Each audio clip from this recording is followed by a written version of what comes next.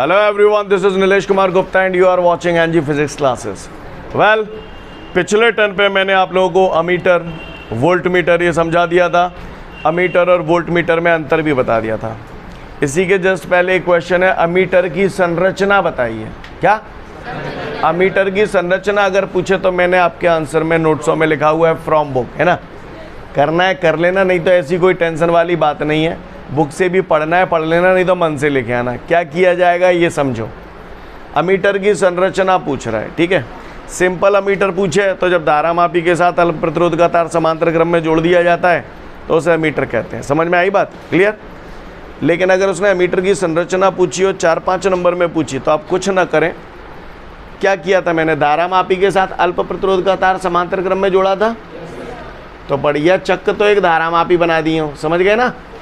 Aluminium frame, तांबे का तार, ये सब बनवाया था ना आपको, याद है आप सभी को? क्लियर है, अच्छी बात है। ये मैंने संकेतक और ये सीन क्लियर है। ये पूरी कथा मैंने आप लोगों को बताई थी, अच्छी बात है। ये हमारा था T1, ये हमारा था T2, यही तो था धारा मापी। फिर मैंने बोला था धारा पूरा चलकुंडल धारा मापी लिख देना और फिर लिख देना इसके साथ अल्प प्रतिरोध का तार समांतर क्रम में जोड़ दिया जाता है, जैसे शंट कहते हैं। ये हो गई अमीटर की संरचना। समझ में आई बात? क्लियर है। तो अमीटर की संरचना में डिटेल में ज़्यादा पूछे तो ये लिख दे, 1-2 नंबर में पूछे तो वही लिख देना जो अमीटर आपने पढ़ा है। अमीटर की संरचना पूछे तो ऐसे बता सकते हैं। समझ में आ रही मेरी बात? क्लियर। यानी पूरा चलकुंडल धारा मापी बना देना, चलकुंडल धारा मापी की परिभाषा लिख देना जो भी लिखा है, इसके बाद उसमें अल्प प्रतिरोध का तार समांतर क्रम में जोड़ दिया जाता है, इसे शंट कहते हैं। कहानी क्लियर है? समझ में आ रही है बात? आगे बढ़ जाऊं? अच्छी बात है। अगर यहाँ तक आपको सारी कथा क्लियर है तो इसके बाद अब हमारे सामने एक क्वेश्चन दिया है। उस क्वेश्चन में मुझसे कह रहा है एक धारा मापी का प्रतिरोध 50 ओम है। आप लोग मुझे बता सकते हो आपने धारा मापी के प्रतिरोध को काय से प्रदर्शित किया था? कैपिटल जी से प्रदर्शित किया था हम लोगों ने। तो वो कह रहा है एक धारा मापी का प्रतिरोध 50 ओम है, यानी उसने हमको काय का मान दे दिया? कैपिटल जी का मान दे दिया। काय का मान दे दिया? कैपिटल जी का मान दे दिया 50 ओम। ठीक है, एक धारा मापी का प्रतिरोध 50 ओम है। अब वो कह रहा है जब इसमें 0.01 एम्पियर धारा प्रवाहित की जाती है तो धारा मापी में पूर्ण स्केल विक्षेप प्राप्त होता है। जब इसमें कितनी धारा प्रवाहित की जाती है? 0.01 एम्पियर की धारा प्रवाहित की जाती है तो पूर्ण स्केल विक्षेप प्राप्त होता है। क्या मैं आप लोगों से उम्मीद करूं कि अब आप लोग पूर्ण स्केल विक्षेप समझते हो? पूर्ण स्केल विक्षेप का मतलब हाँ, पूरा की पूरा एंड पे पहुंच जाते हो। समझ गए ना? पिछले क्वेश्चन में भी बताया था मैंने आपको। आगे बोल रहा है तो धारा मापी में पूर्ण स्केल विक्षेप प्राप्त होता है। तो धारा मापी को 5 एम्पियर परास के अमीटर में, धारा मापी को हमें बदलना है अमीटर में। पहले क्वेश्चन में क्या बोल रहा है? धारा मापी को 5 एम्पियर परास के अमीटर, और फिर बी में बोला है 5 वोल्ट परास के वोल्ट मीटर में कैसे बदलोगे। पहले क्वेश्चन में धारा मापी को अमीटर में बदलवा रहा है और दूसरे क्वेश्चन में धारा मापी को वोल्ट मीटर में बदलवा रहा है ना। तो वो कह रहा है, पहला क्वेश्चन हम लोग कर रहे हैं ए वाला क्वेश्चन। वो कह रहा है धारा मापी को 5 एम्पियर परास के अमीटर में कैसे बदलोगे। वो कह रहा है इस धारा मापी को हमें अमीटर में बदलना है और इस प्रकार के अमीटर में बदलना है कि वो 5 एम्पियर तक की धारा को नाप सके। फिर दूसरे क्वेश्चन में कह रहा है धारा मापी को वोल्ट मीटर में बदलिए और एक ऐसे वोल्ट मीटर में बदलिए जो 5 वोल्ट रेंज तक वोल्टेज बता सके। कहानी समझ में आ रही है? क्लियर है? तो भैया आप बताओ धारा मापी को मीटर में कैसे बदलते हो? हाँ बोलो। हाँ, धारा मापी के साथ अल्प प्रतिरोध का तार समांतर क्रम में जोड़ देते हैं तो वो मीटर में बदल जाता है। तो समांतर क्रम में जो जोड़ते हो उसे बोलते क्या हो? शंट बोलते हो। तो शंट का मान निकालना पड़ेगा हमको। तो चलिए देखते हैं, शंट निकालते हैं। मैंने बचपन में पढ़ा था S बराबर IG into G upon I minus IG। क्या हम लोग वाकिफ़ हैं इस चीज़ से? बोलो भैया। बात समझ में आ रही है सभी को? तो गौर से देखिएगा आप लोग। IG का मान कितना है? 0.01। कैपिटल G कितना है? 50 वटे I कितना है? माइनस IG कितना है? 0.01। अब तो जाए सॉल्व कर लोगे कि नहीं कर पाओगे? इस पूरी कथा को जब आप सॉल्व करोगे तो आपका जो आंसर आएगा 0.1 ओम। कितना आया? 0.1 ओम। क्लियर? शंट का मान कितना आया? 0.1 ओम। धारा मापी दिया था, धारा मापी को मीटर में बदलना था, तो धारा मापी को मीटर में बदलने के लिए हमें क्या करना पड़ेगा? 0.1 ओम का प्रतिरोध जोड़ना पड़ेगा। कैसे क्रम में? समांतर क्रम में। कहानी समझ में आ रही है? अभी नोट मत करना, यहाँ पर थोड़ा सा कुछ लिखाऊंगा आपको। कहानी समझ में आई? फिर आगे देखते हैं क्या लिखाऊंगा यहाँ पर। यहाँ पर क्या लिखना चाहिए हम लोगों को? यहाँ पर हमको ये लिखना चाहिए, अतः स्पष्ट है कि धारा मापी को 5 एम्पियर पर आस के एमीटर में बदलने के लिए हमें 0.1 ओम का शंट समांतर क्रम में जोड़ना पड़ेगा। क्लियर? अब दूसरे क्वेश्चन में मुझसे बोल रहा है मैं धारा मापी को वोल्ट मीटर में बदलना चाहता हूं और एक ऐसे वोल्ट मीटर में बदलना चाहता हूं जो 5 वोल्ट तक पाठ्यांक मुझे बता सके। तो मुझे मालूम है धारा मापी को वोल्ट मीटर में बदलने के लिए हम लोग क्या करते थे? उच्च प्रतिरोध जोड़ते थे श्रेणी क्रम में। और उस प्रतिरोध का सूत्र अगर आपको कल मालूम हो, मैंने आपको बताया था R बराबर V/IG माइनस जी। बोलो भैया, V कितने गए? 5, IG कितने गए? 0.01 माइनस जी कितने गए? 50। दशमलव हटेगा, दशमलव के बाद 2 अंक है तो 2 बिंदी बढ़ जाएगी। वटे में 1 को मतलब है का? 500 में थे 50 गई 450। इसका मतलब ये हुआ धारा मापी को 5 वोल्ट पर आस के वोल्ट मीटर में बदलने के लिए हमें क्या करना होगा? 450 ओम का प्रतिरोध श्रेणी क्रम में जोड़ना होगा। कहानी समझ में आई आप सभी को? सीन क्लियर है? फटाफट से उतार लो। समझ गए ना? यहाँ क्या लिखा जाएगा? यहाँ पर और यहाँ पर। क्लियर? एक बार लास्ट फिर से बोल रहा हूँ। यहाँ पर क्या लिखेंगे? अतः स्पष्ट है कि दिए गए धारा मापी को 5 एम्पियर पर आस के एमीटर में बदलने के लिए हमें 0.1 ओम का प्रतिरोध यानी कि शंट समांतर क्रम में जोड़ना होगा। यहाँ क्या लिखेंगे? अतः स्पष्ट है कि दिए गए धारा मापी को 5 वोल्ट पर आस के वोल्ट मीटर में बदलने के लिए हमें 450 ओम का प्रतिरोध श्रेणी क्रम में जोड़ना होगा। यहाँ तक बात समझ में आ रही है सभी को? आगे बढ़ जाऊँ। इसके बाद हमारे सामने अगला क्वेश्चन दे रहा है, क्या होगा यदि भूलवश परिपथ में अमीटर को समांतर क्रम में लगा दिया जाए? क्या होगा यदि भूलवश परिपथ में अमीटर को समांतर क्रम में लगा दिया जाए? भैया सारी चीज़ें गई भाड़ में। अमीटर और वोल्ट मीटर क्लियर है ना? अमीटर को विद्युत परिपथ में कैसे जोड़ा जाता है? श्रेणी क्रम में जोड़ा जाता है। हमने पढ़ा था, क्योंकि अमीटर से धारा नापते हैं, श्रेणी क्रम में हर जगह धारा समान रहती है, तो इसलिए अमीटर को हम लोग विद्युत परिपथ में हमेशा श्रेणी क्रम में जोड़ते थे।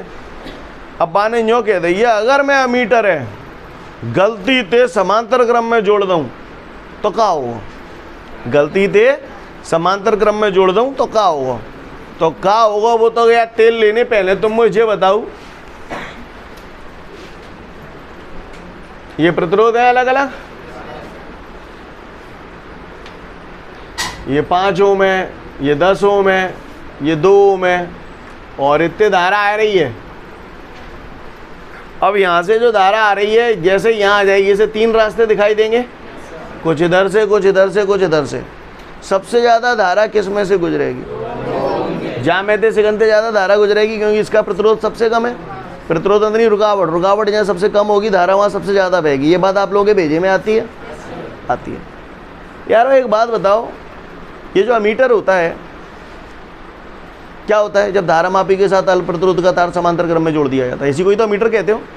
तो इस अमीटर का प्रतिरोध बहुत कम होता होगा या बहुत ज़्यादा? बहुत कम होता है। अब वो कह रहा है किसी विद्युत परिपथ में अमीटर को हमेशा श्रेणी क्रम में जोड़ना चाहिए, लेकिन अगर मैं गलती से समांतर क्रम में जोड़ दूँ, अमीटर है मैंने यहाँ जोड़ दो ऐसे समांतर क्रम में, तो बताओ क्या होगा? चूंकि इसका प्रतिरोध बहुत कम है तो जाहिर सी बात है जनते धारा जो आ रही है तो ज़्यादा धारा तो जहीं में तो जाएगी, और जरूरत तो ज़्यादा धारा जहाँ में तो जाएगी, तो कुंडली जल सकती है और संकेतक टूट सकता है। नहीं आई मेरी बात समझ? क्लियर है? कोई दिक्कत? क्यों हुआ ऐसा? क्योंकि भैया आप ये बताओ, अमीटर का प्रतिरोध बहुत कम होता है ना, और फिर चाहे जोड़ और समांतर क्रम में रहे हैं, समझ रहे ना मेरी बात को? तो ऐसी स्थिति में प्रतिरोध बहुत कम हो जाएगा, तो जाहिर सी बात है क्या हो जाएगा, कुंडली जल जाएगी, संकेतक समझ में आई बात? वोल्टमीटर को विद्युत प्रपथ में कैसे जोड़ा जाता है? समांतर क्रम में जोड़ा जाता है। वोल्टमीटर को विद्युत प्रपथ में कैसे जोड़ा जाता है? वोल्टमीटर को समांतर क्रम में जोड़ा जाता है। अब यूँ क्या है कि अगर वोल्टमीटर को गलती से श्रेणी क्रम में जोड़ दूं तो क्या होगा? तो समझिएगा, जैसे ये प्रतिरोध है, अब मुझे मालूम है यहाँ पे वोल्टेज मुझे चेक करना तो वोल्टमीटर समांतर क्रम में जोड़ना चाहिए, लेकिन अगर वोल्टमीटर को मैंने श्रेणी क्रम में जोड़ दिया तो ऐसी स्थिति में क्या होगा? तो आप खुद सोचिए क्या होगा। श्रेणी क्रम में जोड़ दिया, वोल्टमीटर क्या होता है? उच्च प्रतिरोध या उच्च प्रतिरोध? उच्च प्रतिरोध, बहुत ऊंचा प्रतिरोध होता है, बहुत ज्यादा प्रतिरोध होता है। श्रेणी क्रम में और जोड़ दो तो प्रतिरोध और ज्यादा बढ़ जाओ, और प्रतिरोध जब और ज्यादा बढ़ जाओ तो ऐसी स्थिति में क्या होगा? धारा का प्रवाह बंद हो जाएगा। नहीं है बात समझ में? यानी जो धारा मापी है वो हमको कोई पाठ्यांक देगा ही नहीं आई मेरी बात समझ में? क्लियर है? यानी वोल्ट मीटर को हम लोग हमेशा समांतर क्रम में जोड़ते हैं, लेकिन अगर हमने गलती से श्रेणी क्रम में जोड़ दिया तो उसका प्रतिरोध और ज़्यादा बढ़ जाएगा, और प्रतिरोध ज़्यादा और बढ़ जाएगा तो उसमें से धारा प्रवाहित नहीं होगी। समझ में आ रही है बात? क्योंकि वोल्ट मीटर ऑलरेडी बहुत उच्च प्रतिरोध होता है, श्रेणी क्रम में जोड़ दिया तो और ज़्यादा उच्च हो गया, और जरूरत से ज़्यादा उच्च हो गया तो क्या होगा? धारा का प्रवाह बंद हो जाएगा। कहानी समझ में आ रही है सभी को? दोनों क्वेश्चन पढ़ लो, फिर आगे की बात करूँगा। क्या मैं उम्मीद करूँ यहाँ तक हमको सारी बातें क्लियर हैं? काहे तुमसे एक बात पूछूं, मैं बताओगे? अगर मेरी ये बातें आप लोगों को समझ में आई तो सोच समझ के जवाब देना, गधों की तरह रिएक्ट मत करना। ये फिंगर से मैं इशारा कर रहा हूँ, ये कौन से अक्ष की तरफ इशारा कर रहा हूँ? एक्स अक्ष की तरफ। ये धनात्मक एक्स अक्ष या ऋणात्मक एक्स अक्ष? और ये ऋणात्मक का धनात्मक वाई अक्ष। पूरा आंसर बोलो। धनात्मक जेड अक्ष। समझ में आता है? अगर मैं कह रहा हूं, एक पहेली पूछ रहा हूं आपसे, उसके बाद अगले क्वेश्चन पे आऊंगा। अगर मैं कहूं किसी जगह चुंबकीय क्षेत्र की दिशा धनात्मक एक्स अक्ष की ओर है, तो आप दिशा किस तरफ बनाओगे चुंबकीय क्षेत्र की? ऐसे बोलो। तो इसका मतलब यहाँ पर चुंबकीय क्षेत्र की दिशा धनात्मक एक्स अक्ष की ओर है? अब वो कह रहा है इस चुंबकीय क्षेत्र में एक धारावाही चालक रखा हुआ है, और धारावाही चालक में जो धारा की दिशा है वो वाई अक्ष की ओर है। तो बताओ कितनी लंग बनाऊं? ऊपर की लंग बनाऊं धारा की दिशा। समझ गए ना? ये एक्स अक्ष की ओर है, ये वाई अक्ष की ओर है। बात समझ में आई? और मैंने पढ़ा है जब किसी धारावाही चालक को चुंबकीय क्षेत्र में रखा जाता है तो उस पर बल लगता है। बताओ जरा बल किधर लगेगा? हाथ बना दो, हाथ बना दो, हाथ। समझ गए सब लोग? पढ़ाई कर लो वरना कुछ नहीं होगा। धारा ऊपर की तरफ जा रही है, चुंबकीय क्षेत्र इस तरफ है, तो भैया चुंबकीय क्षेत्र की तरफ खुलेंगी। बोला भैया? तो बल कहाँ लगा? अंदर की ओर तो लगा, लेकिन अक्ष के रूप में जवाब दो, अक्ष के रूप में। जेड अक्ष कौन सा? ये धनात्मक जेड अक्ष है, ये ऋणात्मक जेड अक्ष है। ऋणात्मक जेड अक्ष की ओर। समझ में आई बात? पढ़ लो अगला क्वेश्चन, फिर आगे की बात करूंगा। मैं उम्मीद करता हूं सभी को समझ में आ गया होगा ये। तो ऋणात्मक जेड अक्ष की दिशा में बल लगा। क्लियर है हम सभी को? अगर ये बात आपको क्लियर है तो फिर मैं अगली बात आपसे पूछ रहा हूं, मुझे सोच समझ के जवाब देना, फिर हम लोग अगले क्वेश्चन की तरफ बढ़ेंगे। ठीक? बताना जरा, मैं यहां पर चित्र बना रहा हूं, ये मैंने किस चीज का चित्र बनाया है?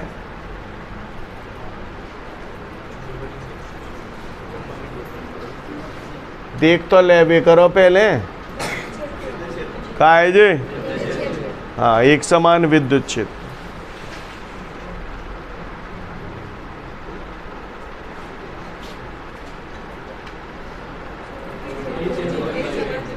अच्छा, ठीक। ये क्या है? आवेशित कण है। ये क्या है? आवेशित कण है। अगर कोई आवेशित कण ऐसे विद्युत क्षेत्र के अंदर प्रवेश कर रहा है, जिस दिशा में विद्युत क्षेत्र है उसी दिशा में प्रवेश कर रहा है। जैसे ही ये विद्युत क्षेत्र के अंदर आ जाएगा, यहाँ पर क्या होगा, बल लगेगा इस पे, किधर की तरफ, इधर की तरफ ही लगेगा, क्योंकि धनावेश पर बल विद्युत क्षेत्र की दिशा में ही लगता है। सीधी रेखा में आ रहा था, सरल रेखा में बल लगेगा तो थोड़ा और तेज भागने लगेगा। जिन लोगों ने 11th लक्षण से पढ़ा होगा उन्हें समझ में आएगा इसकी त्वरित गति होगी, क्योंकि यहाँ पर सामान्य स्पीड से चल रहा था, जैसे ही विद्युत क्षेत्र में आया इस पे बल लगा, तो बल लगेगा तो वेग बढ़ जाएगा कि नहीं बढ़ जाएगा इसका। तो इसकी जो गति होगी वो कैसी गति होगी, त्वरित। त्वरित का मतलब वेग बढ़ जाना है ना, वेग बदल जाना। क्लियर है, बात समझ में आ रही है, अच्छी बात है। यानी अगर कोई आवेशित कण विद्युत क्षेत्र की दिशा में उसके अंदर प्रवेश करता है तो उस कण द्वारा तय किया गया मार्ग सरल रेखा होता है, सीधी रेखा में ही चला जाएगा ये। बोलो भैया, इधर आ जाओ। जब कोई आवेशित कण चुंबकीय क्षेत्र के अंदर प्रवेश करता है, जो दिशा चुंबकीय क्षेत्र की है उसी दिशा में आवेशित कण जा रहा है, तो इस पे कुछ लगता है, क्यों? हाँ, क्यों, क्या जीरो क्यों होता है बल? कौन सा बल लगता है पहले तो ये बताओ, क्या सूत्र है लॉरेंज बल का? F बराबर QV sin थीटा। अब ये आवेशित कण चुंबकीय क्षेत्र की दिशा में ही प्रवेश कर रहा है, तो वेग शून्य क्यों हो गया? गति तो कर रहा है, कोण शून्य हो गया, क्योंकि हमने पढ़ा था F बराबर QV sin थीटा। तो मैंने बताया था थीटा जो कोण है B और V के बीच का कोण है, B इधर है और V वो भी इधर है, दोनों एक ही दिशा में, इसलिए कोण जीरो है। थीटा जीरो रखूंगा, साइन जीरो जीरो हो जाएगा, जीरो का गुणा QVB से करूंगा, जीरो हो जाएगा। बात समझ में आ रही है? लाल टी शर्ट क्लियर है, यहां तक बात समझ में आ रही है? तो जैसे ये आवेशित कण चुंबकीय क्षेत्र में आया, इस पे कोई बल लगा क्या? बल तो नहीं लगा। ये कैसे कैसे कैसा मार्ग तय कर रहा था? सरल रेखा में ही आ रहा था। जैसे ही चुंबकीय क्षेत्र में आ गया तो इसमें बल तो कोई लगा नहीं, तो क्या इसकी त्वरित गति होगी? जिस गति से चल रहा है उसी गति से चलता रहेगा, तो इसकी जो गति होगी वो कैसी गति होगी? सरल रेखीय गति होगी। जो रामायण बोल रहा हूं समझ में आ रही है? क्लियर है? जब कोई आवेशित कण विद्युत क्षेत्र की दिशा में उसमें गति करता है तो उसका मार्ग कैसा हुआ? सरल रेखा, सरल रेखा। और गति कैसी हुई? त्वरित गति। यहाँ पर आवेशित कण चुंबकीय क्षेत्र के अनुदिश उसमें प्रवेश करता है तो उसका मार्ग कैसा हुआ? सरल रेखा। लेकिन गति कैसी हुई? सरल रेखी गति हुई, एक समान गति हुई, न इसकी चाल बढ़ेगी न घटेगी। बात समझ में आ रही है? क्योंकि यहाँ पर कोई बल ही नहीं लग रहा। आपको बात समझ में आई? अच्छा, ये बातें मैं पहले भी बता चुका हूं। जब कोई आवेशित कण, यहाँ तो चुंबकीय क्षेत्र की दिशा में गति कर रहा था, अगर कोई आवेशित कण चुंबकीय क्षेत्र के लंबवत प्रवेश करता है, लंबवत, तो उसका मार्ग कैसा होता है? जब कोई आवेशित कण चुंबकीय क्षेत्र में लंबवत प्रवेश करता है तो उसका मार्ग वृत्ताकार होता है। बताया था, कमीनों सिद्ध करके सब बताया था। बोलना फूट रहे मुँह में थी हैं। जब कोई बाकायदा बोलो, सिद्ध किया था कि नहीं? घुमाना उमाना सब सिखाया था आपको। तो जब कोई आवेशित कण चुंबकीय क्षेत्र में लंबवत प्रवेश करता है, मैंने शॉर्ट में लिख दिया लंबवत प्रवेश करता है, तो उसका मार्ग कैसा होता है? मुझे बताने की जरूरत तो नहीं है आप। और जब कोई आवेशित कण चुंबकीय क्षेत्र में थीटा डिग्री के कोण पर प्रवेश करता है, नोट लिखाया था मैंने, तो उसका मार्ग कैसा होता है? कुंडलिनीवत, कुंडलिनीवत। बताया था आपको, जैसे सांप कुंडली मारते हुए बैसो। बोलो भैया, नोट लिखाया था कि नहीं लिखाया था? उस टाइम पे समझाया भी था सब कुछ। जब कोई आवेशित कण चुंबकीय क्षेत्र में थीटा डिग्री के कोण पर प्रवेश करता है तो उसका जो मार्ग होता है वो कुंडलिनीवत। मैं फिर से बोल रहा हूँ, जब कोई आवेशित कण चुंबकीय क्षेत्र के अनुदिश प्रवेश करता है तो उसका मार्ग कैसा होता है? सरल रेखा। लंबवत प्रवेश करता है तो थीटा डिग्री के कोण पर प्रवेश करता है तो कुंडलिनीवत। इधर आ जाओ। आवेशित कण विद्युत क्षेत्र की दिशा में गति कर रहा है तो उसका मार्ग कैसा हुआ? सरल रेखा है ना, सरल रेखीय मार्ग होगा, सीधी रेखा में चला जाएगा। जब कोई आवेशित कण चुंबकीय क्षेत्र विद्युत क्षेत्र में लंबवत प्रवेश करता था तो बताया था उसका मार्ग कैसा होता था। जब मैंने आपको विद्युत बल और चुंबकीय बल में अंतर पढ़ाए थे तब मैंने बताया था आपको ये बात। बोलो भैया, सिद्ध करके बताया था बाकायदा। लंबवत जाता है तो परवलयाकार। इसी तरीके से जब कोई आवेशित कण विद्युत क्षेत्र में थीटा डिग्री के कोण पर प्रवेश करता है तो अभी उसका मार्ग परवलयाकार ही होता है। क्लियर है? काफ़ी सारे ओटी इसमें निबट गए, 6-7 ओटी निबट गए। कुछ भी पूछ सकता है वो, कि जैसे मैं पूछ रहा हूँ आप ही जवाब दे देना। जब कोई आवेशित कण विद्युत क्षेत्र में लंबवत प्रवेश करता है तो उसका मार्ग कैसा होगा। हाँ, और चुंबकीय क्षेत्र में लंबवत प्रवेश करता है तो हाँ, यहाँ ध्यान देना है कौन सा क्षेत्र बोल रहा है। क्लियर है? तो फटाफट जरा जवाब दो। जब कोई आवेशित कण विद्युत क्षेत्र की दिशा में उसमें प्रवेश करता है तो मार्ग लंबवत थीटा डिग्री के कोण पर, और जब कोई आवेशित कण चुंबकीय क्षेत्र के लंबवत प्रवेश करता है तो मार्ग चुंबकीय क्षेत्र की अनुदिश प्रवेश करता है तो अनुदिश मतलब चुंबकीय क्षेत्र की दिशा में। क्लियर? और अगर थीटा डिग्री के कोण पर प्रवेश करता है तो पढ़ लो अगला क्वेश्चन, फिर आगे की बात करूंगा। अगली बात आती है इसके बाद। एक बात बताओ, विद्युत क्षेत्र पैदा होने के लिए जिम्मेदार कौन? चैप्टर 1 पढ़ाया कमीनों मैंने तुम्हें। आवेशों की वजह से ही तो विद्युत क्षेत्र पैदा होता है। जब कोई आवेश स्थिर अवस्था में होता है, जब कोई आवेश स्थिर अवस्था में होता है तो उसके चारों तरफ विद्युत क्षेत्र उत्पन्न होता है। ओटी में बहुत पूछता है, एक स्थिर आवेश से कैसा क्षेत्र उत्पन्न होता है, तो बोलना विद्युत क्षेत्र। लेकिन यही आवेश जब गतिमान अवस्था में होता है तो विद्युत क्षेत्र भी उत्पन्न होता है और चुंबकीय क्षेत्र भी उत्पन्न होता है। ये बड़ा पेटेंट ओटी है। पिछले 10 साल के अनसॉल्व पेपर उठाओगे तो 7-8 सालों में मिल जाएगा आपको कि एक गतिमान आवेश क्या उत्पन्न करता है। ऑप्शन नंबर ए विद्युत क्षेत्र, बी चुंबकीय क्षेत्र, सी विद्युत क्षेत्र और चुंबकीय क्षेत्र दोनों, डी नन ऑफ दिस। तो बताना उसे गतिमान आवेश जो होता है वो विद्युत क्षेत्र भी उत्पन्न करता है और चुंबकीय क्षेत्र भी उत्पन्न करता है। लेकिन चुंबकीय क्षेत्र केवल तभी तक उत्पन्न करेगा जब तक कि वो गतिमान अवस्था में है। क्लियर? जैसे ही उसने गति करना बंद कर दी तो चुंबकीय क्षेत्र उसका समाप्त हो जाएगा, केवल विद्युत क्षेत्र बचेगा। समझ में आ रही है बात? स्थिर आवेश हमेशा कौन सा क्षेत्र उत्पन्न करता है? गतिमान आवेश हमेशा कौन सा क्षेत्र? गतिमान आवेश में चुंबकीय क्षेत्र कब तक रहता है? जब तक कि आवेशित कण गतिमान है। अगर आवेशित कण रुक जाएगा तो विद्युत क्षेत्र बचा रहेगा, चुंबकीय क्षेत्र खत्म हो जाएगा। आपको एक ज़माना था जब मैंने पढ़ाया था, ये चालक है, इसमें धारा बह रही है तो इसके चारों तरफ क्या पैदा होता है? चुंबकीय क्षेत्र। एक धारावाही चालक जो होता है वो केवल और केवल चुंबकीय क्षेत्र उत्पन्न करता है, विद्युत क्षेत्र उत्पन्न नहीं करता। अब विद्युत क्षेत्र अगर उत्पन्न नहीं कर रहा है तो इसका मतलब धारावाही चालक पर कुल आवेश कितना हुआ? 0। क्योंकि अगर आवेश होता तो विद्युत क्षेत्र उत्पन्न होता, जब आवेश ही नहीं है तो विद्युत क्षेत्र नहीं होगा। कोई पूछे एक धारावाही चालक पर कुल आवेश कितना होता है तो क्या बोलोगे? 0। क्लियर? एक धारावाही चालक कौन सा क्षेत्र उत्पन्न करता है?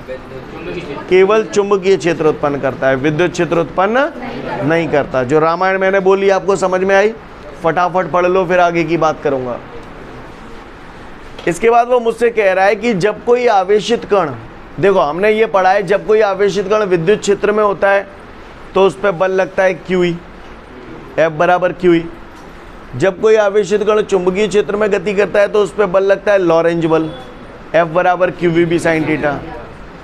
लेकिन अगर कोई आवेशित कण एक ऐसे क्षेत्र में गति करे जहां विद्युत क्षेत्र भी है और चुंबकीय क्षेत्र भी है, दोनों एक साथ हैं, तो ऐसी स्थिति में उस पर लगने वाला बल जो होता है F बराबर QE plus QVB sin theta.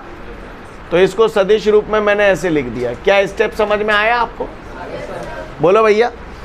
क्योंकि V vector cross B vector बराबर VB sin थीटा हो जाएगा। कहानी समझ में आ रही है ना? अरे हमने ये पढ़ा था ना, F बराबर QE plus QVB sin theta. तो मैंने इसे वेक्टर फॉर्म में लिख दिया, एफ वेक्टर बराबर क्यू, विद्युत क्षेत्र की तीव्रता सदिश राशि है, plus Q A B sine theta को A vector cross B vector लिखते हैं ना, ऐसे ही वी बी साइन थीटा को V vector cross B vector. आप लोग चाहें तो ऐसे भी कर सकते हैं, क्यू कॉमन आ जाएगा तो अंदर क्या बच जाएगा, चलेगा, कोई दिक्कत नहीं। समझ में आ रही है बात? देख लो, हो गया खत्म कहानी अब का। ओके, आज के लिए पर्याप्त है, कल फिर मिलते हैं। Thank you everyone, have a great day to all of you guys, Jai Hind.